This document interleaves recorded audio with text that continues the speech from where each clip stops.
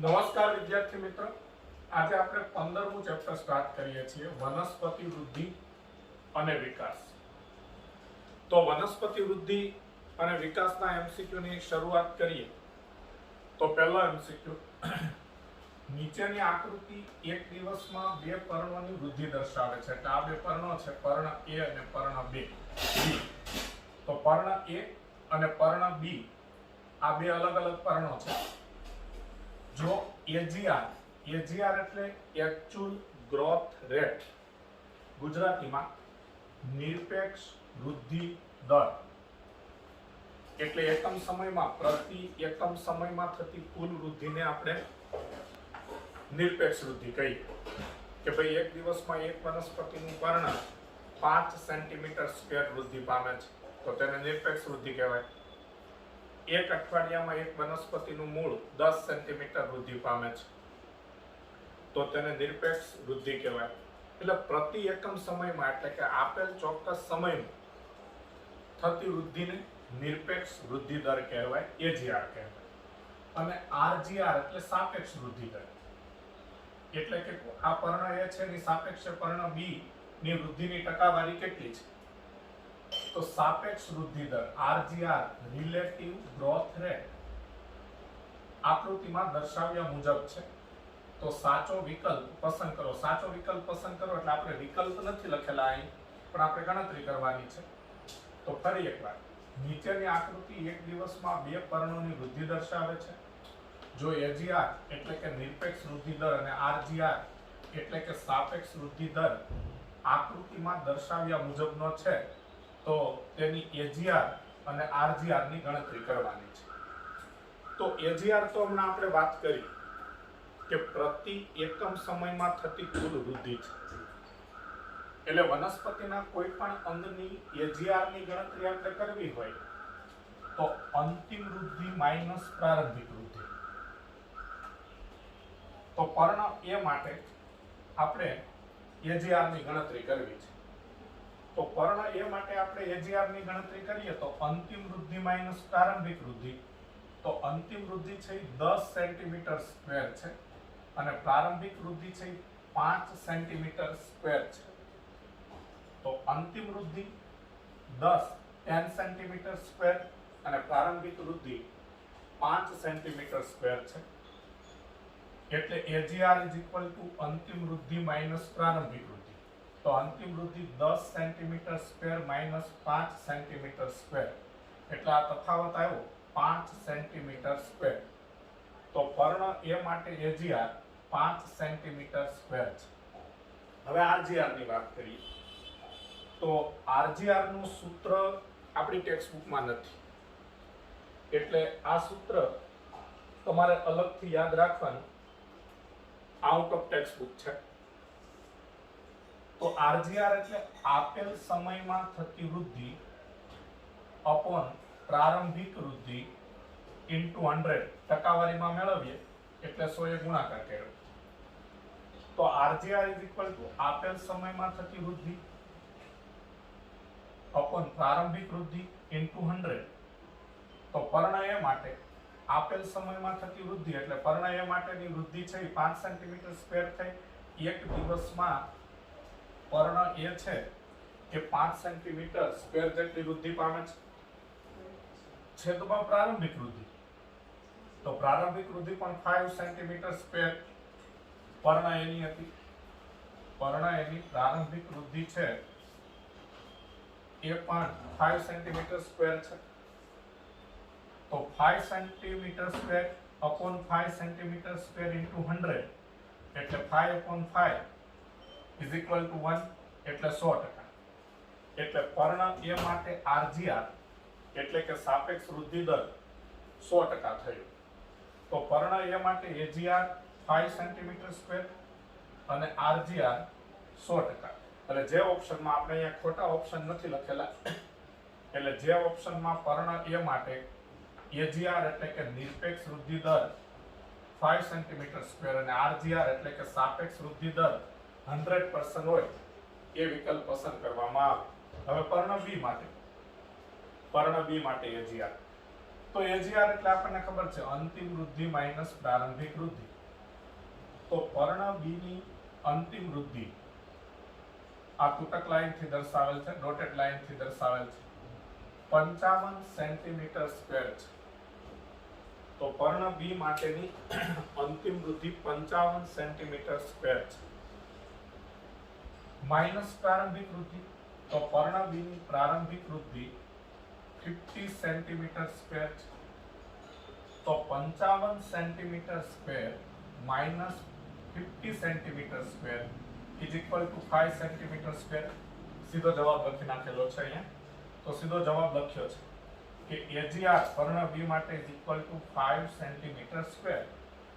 હવે પર્ણ બી માટે આરજીઆર, આરજીઆર એટલે કે રિલેટિવ ગ્રોથ રેટ એટલે સાપેક્ષ વૃદ્ધિ દર. તો આરજીઆર ઇઝ ઇક્વલ ટુ આપેલ સમયમાં થતી વૃદ્ધિ અપોન પ્રારંભિક વૃદ્ધિ ઇન્ટુ 100. તો પર્ણ બી માટે આપેલ સમયમાં થતી વૃદ્ધિ 5 સેન્ટીમીટર સ્ક્વેર છે, છેદમાં પ્રારંભિક વૃદ્ધિ તેની 50 સેન્ટીમીટર સ્ક્વેર છે શરૂઆતની વૃદ્ધિ ઇન્ટુ 100 એટલે 10% થાય. તો આ રીતે પર્ણ એ માટે અને પર્ણ બી માટે એજીઆર અને આરજીઆર નું મૂલ્ય કેટલું છે તેની ગણતરી આપણે કરી છે. તો નિરપેક્ષ વૃદ્ધિ એટલે કે એજીઆર એ તો તમે અંતિમ વૃદ્ધિ માઈનસ પ્રારંભિક વૃદ્ધિનો તફાવત લઈ લો એટલે કે અંતિમ વૃદ્ધિમાંથી પ્રારંભિક વૃદ્ધિ બાદ કરી નાખો એટલે સીધું મળી જાય છે. પણ તમારે આરજીઆર મેળવવા એટલે કે સાપેક્ષ વૃદ્ધિનો દર મેળવવા માટે આપેલ સમયમાં થતી વૃદ્ધિ છેદમાં પ્રારંભિક વૃદ્ધિ ઇન્ટુ 100 આ સૂત્રનો ઉપયોગ કરવો પડે છે. બીજો એમસીક્યુ, એક પ્રાથમિક મૂળ એક અઠવાડિયામાં વૃદ્ધિ પામીને 5 સેન્ટીમીટર થી 19 સેન્ટીમીટર જેટલું લાંબુ થાય છે. એટલે કે વનસ્પતિના બીજને તમે જમીનમાં ઉગાડો અને એનું બીજાંકુરણ થાય અને બીજમાંથી છોડ ઉત્પન્ન થાય ત્યારે સૌપ્રથમ પ્રાથમિક મૂળનો વિકાસ થાય.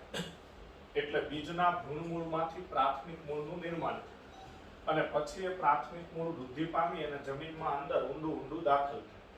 તો એક પ્રાથમિક મૂળ એક અઠવાડિયામાં વૃદ્ધિ પામી 5 સેન્ટીમીટર થી 19 સેન્ટીમીટર જેટલું લાંબુ થાય છે. તેનો એજીઆર અને આરજીઆર ની ગણતરી કર. તો એજીઆર અંતિમ વૃદ્ધિ માઈનસ પ્રારંભિક વૃદ્ધિ. તો શરૂઆતમાં 5 સેન્ટીમીટર લાંબુ હતું, એક અઠવાડિયા પછી 19 સેન્ટીમીટર લાંબુ થયું એટલે અંતિમ વૃદ્ધિ 19 સેન્ટીમીટર માઈનસ પ્રારંભિક વૃદ્ધિ 5 centimetre is equal to 14 centimetre. એટલે એજીઆર એ 14 સેન્ટીમીટર થયું. ત્યાર પછી આરજીઆર, તો આરજીઆર આપેલ સમયમાં થતી વૃદ્ધિ એટલે 14 સેન્ટીમીટરની વૃદ્ધિ થઈ છેદમાં પ્રારંભિક વૃદ્ધિ ઇન્ટુ 100. તો પ્રારંભિક વૃદ્ધિ 5 સેન્ટીમીટર હતી ઇન્ટુ 100 એટલે 2.8%. તો આ નિરપેક્ષ વૃદ્ધિ અને સાપેક્ષ વૃદ્ધિના આપણે બે એમસીક્યુ જોયા. એમાં આ એક સૂત્ર અલગથી આપણે યાદ રાખવાનું રહેશે. હવે ત્રીજો એમસીક્યુ, એવેનો વક્ર કસોટી કયા અંતઃસ્ત્રાવની પ્રવૃત્તિનું પરીક્ષણ કરે છે? એવેનો વક્ર કસોટી, એવેનો વક્ર બાયોએસે.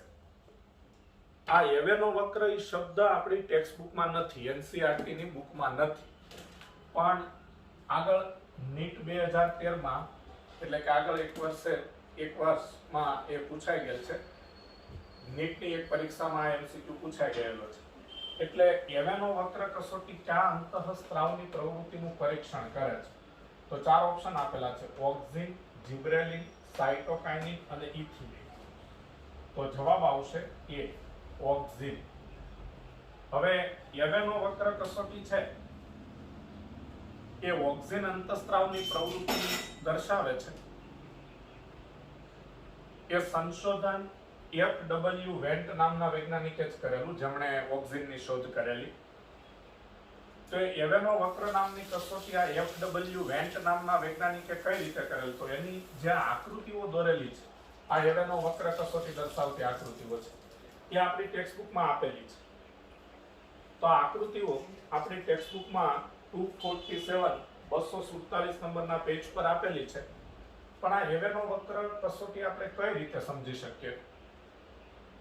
તો આ વનસ્પતિનું પ્રકાંડ છે, એટલે પ્રકાંડનો ભાગ છે. એટલે પ્રકાંડની સૌથી આ ટોચ હોય એને ભ્રૂણાગ્ર કહેવાય. અને આ જે એરો કરેલો છે, આ જે તીર મારેલા છે, એ પ્રકાશની દિશા દર્શાવે છે, સૂર્યપ્રકાશની દિશા દર્શાવે છે. તો આ રીતે વનસ્પતિનો કોઈ પણ છોડ હોય કે બીજાંકુરણની ક્રિયાથી ઉત્પન્ન થતો નવો છોડ હોય, એનું પ્રકાંડ સૂર્યપ્રકાશની દિશામાં ઝૂકે, સૂર્યપ્રકાશની દિશામાં વૃદ્ધિ પામે, સૂર્યપ્રકાશની દિશામાં થોડું વળે. તો આ સૂર્યપ્રકાશની દિશામાં પ્રકાંડ વળે છે, એ ક્રિયાને પ્રકાશાવર્તન કહેવામાં આવે છે, અથવા પ્રકાશાનુવર્તન કહેવાય છે. આપણે જાણીએ છીએ કે વનસ્પતિનું મૂળ જમીનની અંદર વિકાસ પામે અને વનસ્પતિનું પ્રકાંડ જમીનની બહાર વિકાસ પામે. એટલે વનસ્પતિનું મૂળ જમીનની અંદર વિકાસ પામે તો જમીનની અંદર સૂર્યપ્રકાશ ન હોય, એટલે મૂળ ઋણ પ્રકાશાનુવર્તી અંગ કહેવાય. અને પ્રકાંડ સૂર્યપ્રકાશની દિશામાં જમીનની બહાર વિકાસ પામે એટલે એને ધન પ્રકાશાનુવર્તી અંગ કહેવાય. એટલે વનસ્પતિનું કોઈ અંગ પર્યાવરણના પરિબળની દિશામાં વિકાસ પામે તો એને ધન કહેવાય, અને પર્યાવરણના પરિબળની વિરુદ્ધ દિશામાં વિકાસ પામે તો તેને ઋણ કહેવાય. ઋણ શબ્દ વપરાય તેના માટે. એટલે વનસ્પતિનું મૂળ જમીનની અંદર વિકાસ પામે, સૂર્યપ્રકાશ જમીનની અંદર ન હોય એટલે એને ઋણ પ્રકાશાનુવર્તી કહેવાય. અને વનસ્પતિનું પ્રકાંડ જમીનની બહાર સૂર્યપ્રકાશની દિશામાં વિકાસ પામે, જમીનની બહાર સૂર્યપ્રકાશ હોય એટલે એને ધન પ્રકાશાનુવર્તી અંગ કહેવાય. તો આ રીતે આ એવેનો વક્ર કસોટી છે.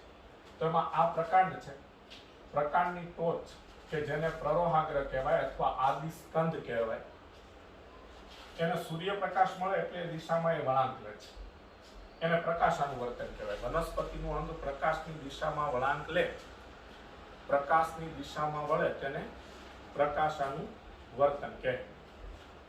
ઓકે, હવે આ એફડબલ્યુ વેન્ટ નામના વૈજ્ઞાનિકે આ સંશોધન કર્યું ત્યારે એમણે શું કર્યું? આ ટુકડો અહીંથી કાપી નાખવામાં આવ્યો. એટલે આ જે ભ્રૂણાગ્ર છે, ભ્રૂણાગ્ર એટલે કે આદિસ્કંદ, એ ભ્રૂણાગ્ર વાળો ટુકડો અહીંથી આટલો કાપી નાખવામાં આવ્યો. એટલે આ કાપેલો ભાગ છે. પછી એ કાપેલો ટુકડો છે એને એક અગરના બ્લોકમાં મૂકવામાં આવેલો. અગર, તો અગરના બ્લોકમાં મૂકવામાં આવેલો એટલે અગરનો બ્લોક છે એ ઓક્સિજનનું શોષણ કરી શકે છે. એટલે આ રીતે આ અગરનો બ્લોક છે, અગરનો બ્લોક. તો અગરના બ્લોકમાં આ કાપી નાખેલો જે આટલો ટુકડો છે, આ ભ્રૂણાગ્ર વાળો ટુકડો, એ અગરના બ્લોકમાં મૂકી દીધો. આ અગરનો બ્લોક છે, અગરનો બ્લોક. અગર એવો પદાર્થ છે કે જે ઓક્સિજનનું શોષણ કરી શકે છે. આના પરથી એ પણ સાબિત થઈ ગયું કે વનસ્પતિમાં ઓક્સિજનનો સ્ત્રોત ભ્રૂણાગ્ર છે. અને એક દળી વનસ્પતિ હોય તો એના બીજમાં ભ્રૂણાગ્ર ચોલ નામના રક્ષણાત્મક આવરણથી ઢંકાયેલું હોય. એટલે આપણે ભ્રૂણાગ્ર કે ભ્રૂણાગ્ર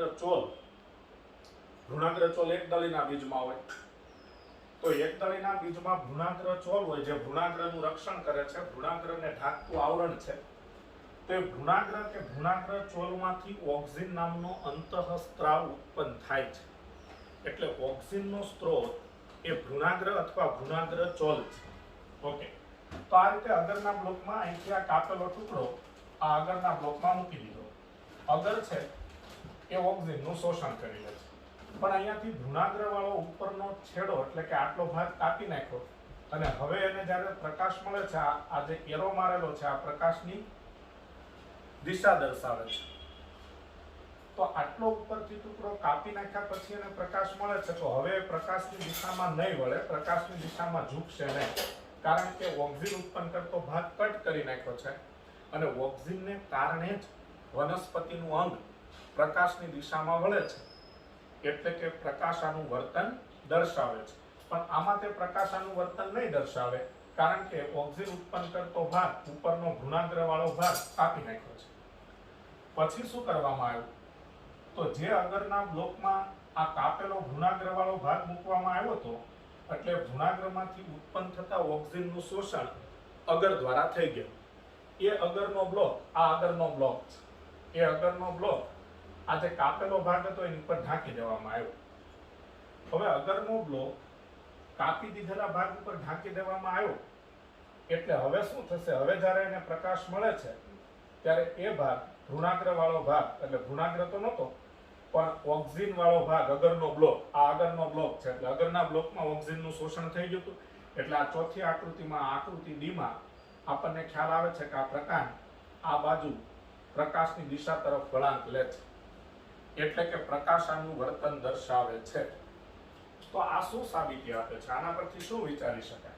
તો એવું વિચારી શકાય કે ઓક્સિજન અંતઃસ્ત્રાવ વનસ્પતિના અંગોમાં પ્રકાશાનું વર્તનનું નિયમન કરે છે. એટલે કે વનસ્પતિનું પ્રકાંડ સૂર્યપ્રકાશની દિશામાં વળે છે, જેને પ્રકાશાનું વર્તન કહેવાય. એ પ્રકાશાનું વર્તનની ક્રિયા ઓક્સિજન નામના અંતઃસ્ત્રાવને કારણે થાય છે. તો ઓક્સિજન નામના અંતઃસ્ત્રાવને કારણે વનસ્પતિનું અંગ પ્રકાશની દિશામાં વળે છે, એટલે કે પ્રકાશાનું વર્તન દર્શાવે છે એવું સાબિત થાય છે. તો આ એવેનો વક્રની કસોટી છે, જે ઓક્સિજનની પ્રવૃત્તિ કે ઓક્સિજનના કાર્ય વિશેની માહિતી આપે છે. ઓકે, તો એવેનો વક્ર કસોટી કયા અંતઃસ્ત્રાવની પ્રવૃત્તિનું પરીક્ષણ કરે છે? ઓક્સિજન. એક્સ્ટ્રા મુદ્દા જે મેં આમાં સમજાવેલા એ નીચે લખેલા છે. એવેનો વક્ર નામની કસોટી દ્વારા ભ્રૂણાગ્ર સૂર્યપ્રકાશની દિશામાં વળે છે, એટલે કે પ્રકાશાનું વર્તન દર્શાવે છે. તેની શોધ F.W. વેન્ટ નામના વૈજ્ઞાનિકે જવના બીજાંકુરણમાં કરી, એટલે જવના છોડના બીજાંકુરણમાં કરી. આ માટે આ વૈજ્ઞાનિકે કાપેલા ભ્રૂણાગ્રને અગરના બ્લોકમાં રાખેલો. અગરનો બ્લોક ઓક્સિજનનું શોષણ કરી શકે છે, જે ચર્ચા આપણે આ ટોપિકમાં કરી. તો આ લેક્ચર અહીં આપણે પૂર્ણ કરીએ છીએ. આગળની ચર્ચા આવતીકાલના લેક્ચરમાં કરીશું.